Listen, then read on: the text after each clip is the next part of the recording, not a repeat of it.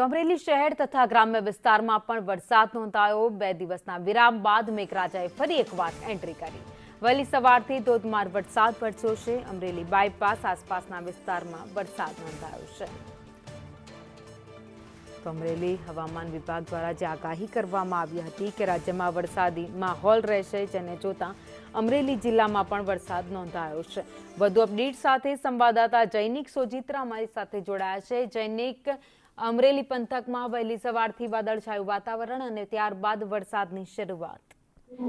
જે અમરેલી હવામાન વિભાગના આગાહીના પગલે અમરેલીમાં વહેલી સવારથી જ વરસાદ શરૂ થયો। અમરેલી શહેર તેમજ ગ્રામ્ય વિસ્તારોમાં છે વરસાદ શરૂ થયો। 2 દિવસના વિરામ બાદ મેઘરાજાની ધમાકાદાર ત્યારે ભારે બફારા બાદ અત્યારે અચાનક વરસાદ આવતા જ વાતાવરણમાં ઠંડક પ્રસરી છે। અમરેલી બાયપાસ તેમજ આસપાસના ગ્રામ્ય વિસ્તારો છે, દેવળિયા છે, તકરગઢ છે સહિતના ગ્રામ્ય વિસ્તારોમાં વરસાદી માહોલ વહેલી સવારથી જોવા મળ્યો છે।